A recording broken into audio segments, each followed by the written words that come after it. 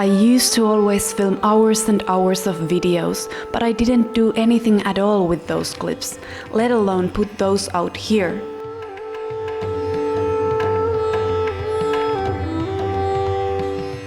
I had all these stories and memories to share, but I didn't think anyone would be interested.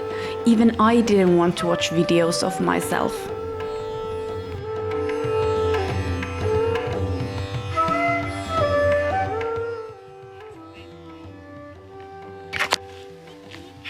Summer, so I'm very...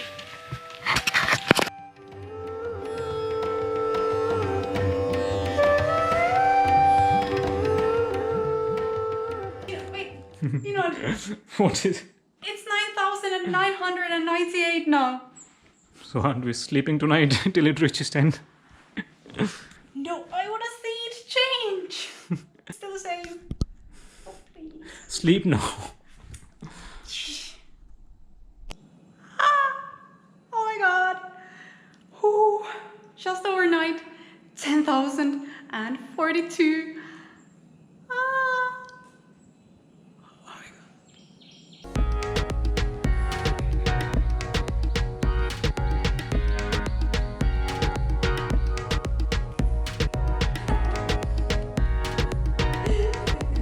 To be honest, I never saw myself as a vlogger.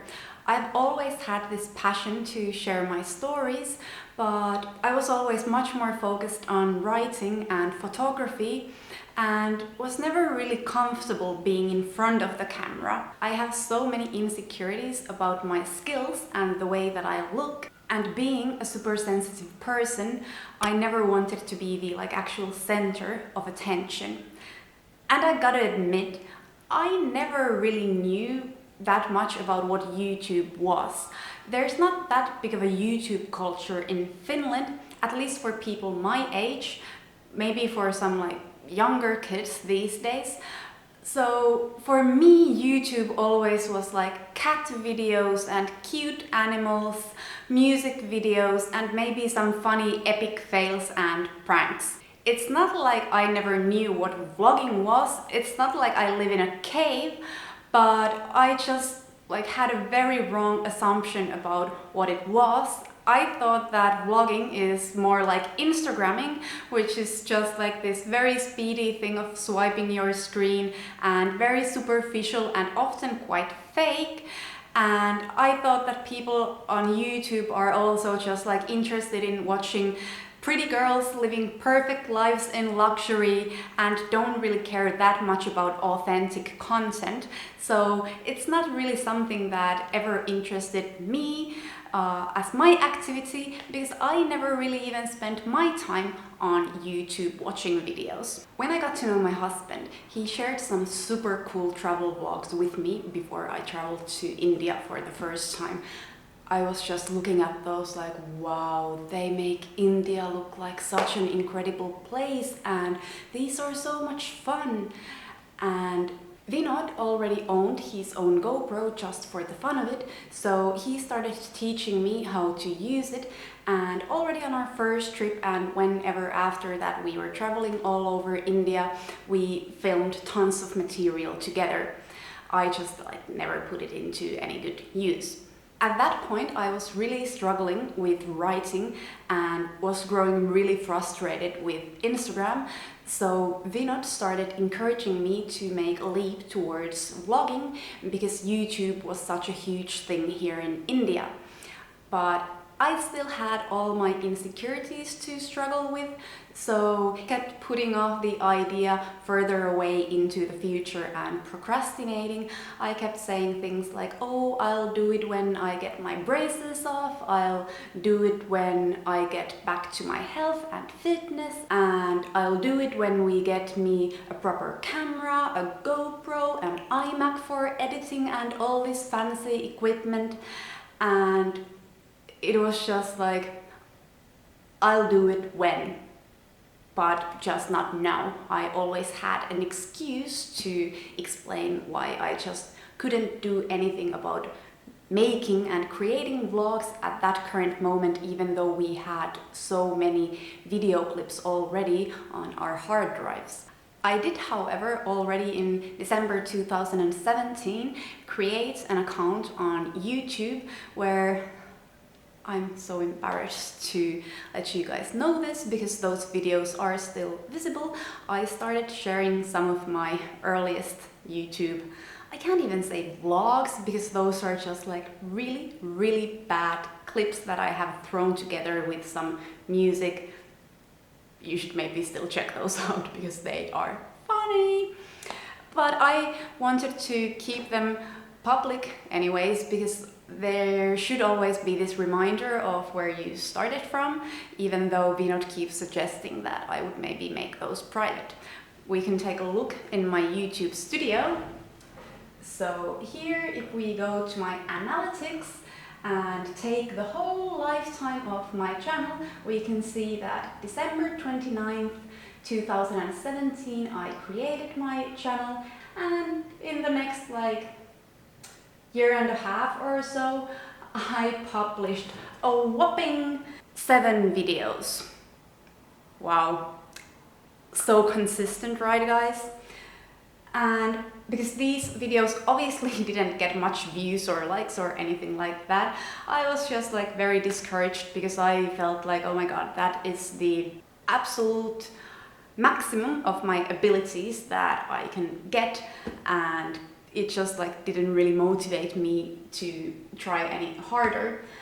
And to me it was just enforcing my view that I really, really suck at vlogging, even though I was not visible pretty much in any of those clips.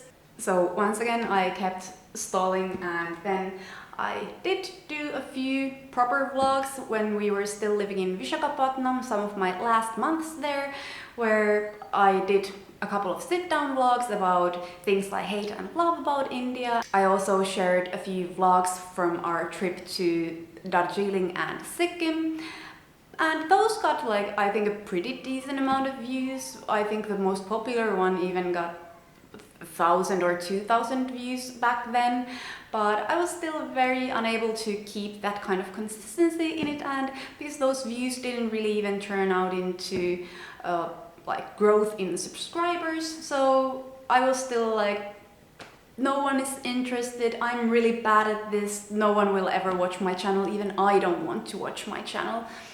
So I kept pushing it further and further into the future, that yes, one day I will just suddenly and magically be better at it.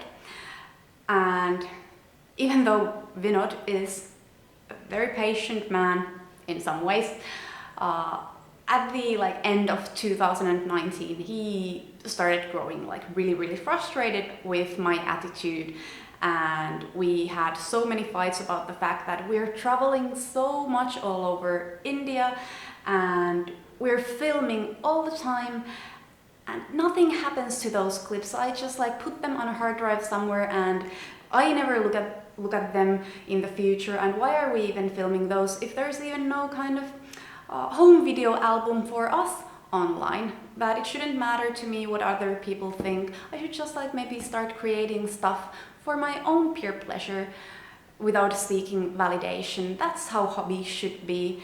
And he gave me this ultimatum that either I start creating vlogs or I should just completely give up on it and stop talking about it, stop giving him this false hope that I have this hobby that I'm passionate about.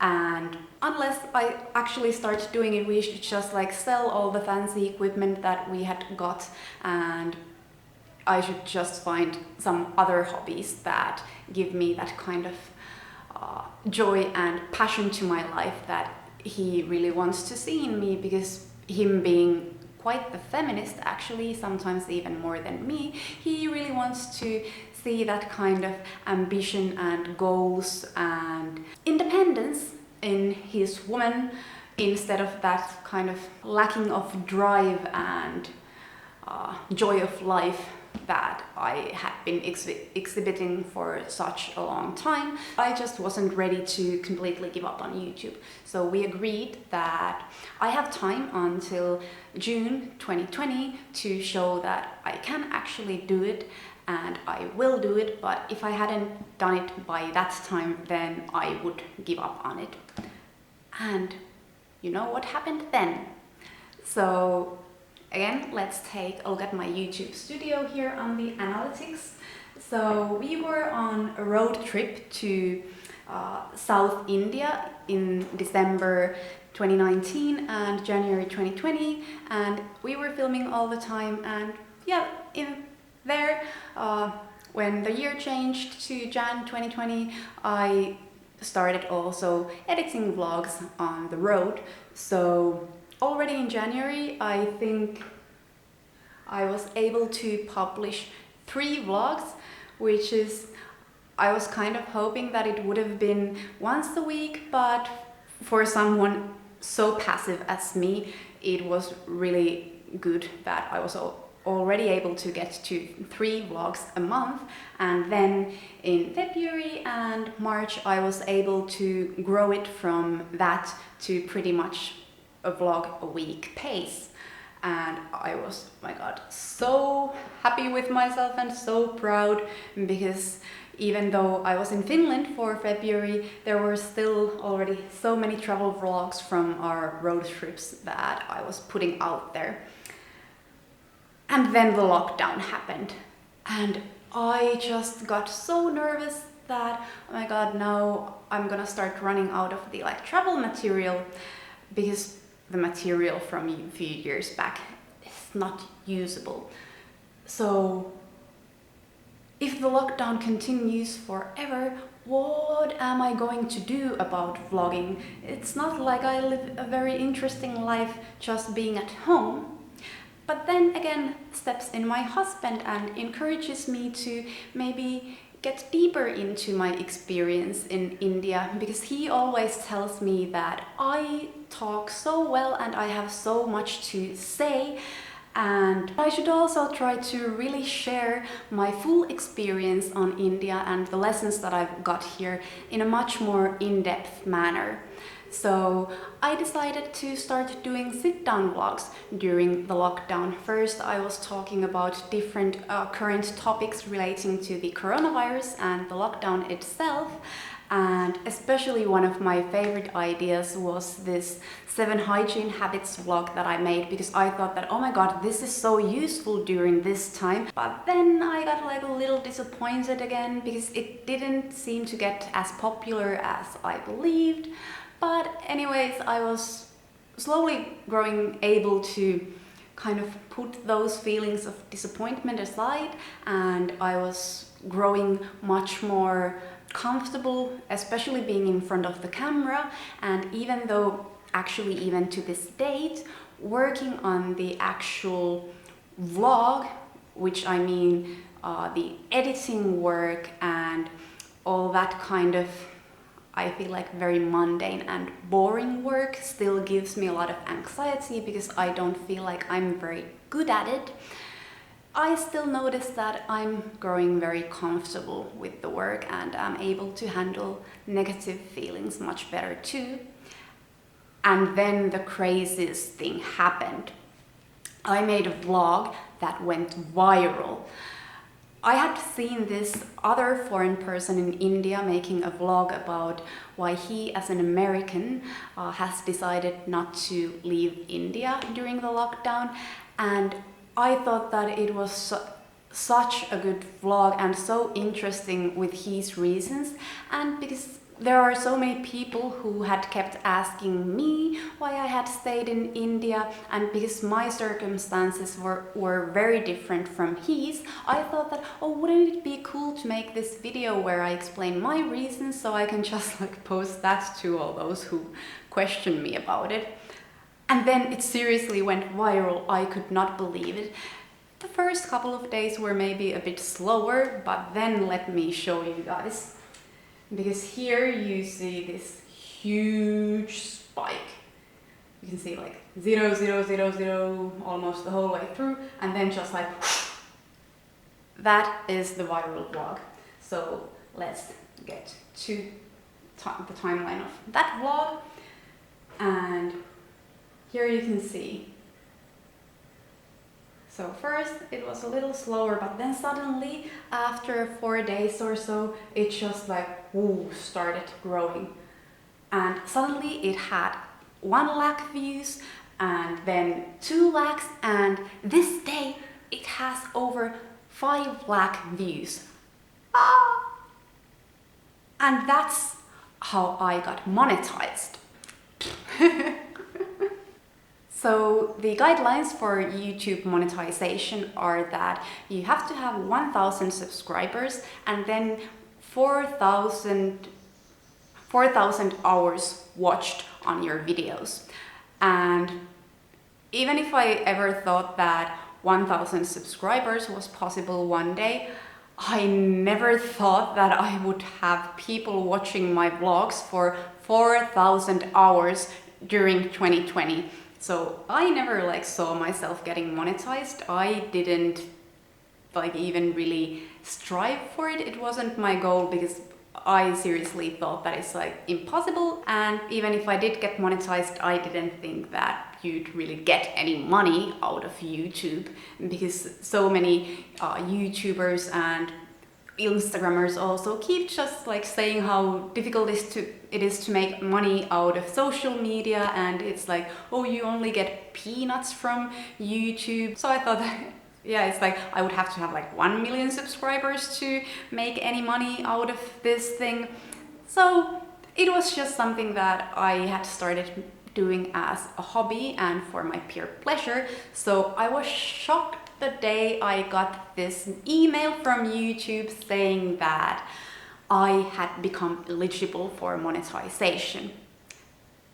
But like I said, at that point, I was still thinking that, well, but it's not like you really make any money out of that, so why would I want to put up ads just to annoy my audience? Because who likes ads? I'm not gonna do that. It's like, I don't see any gain in it.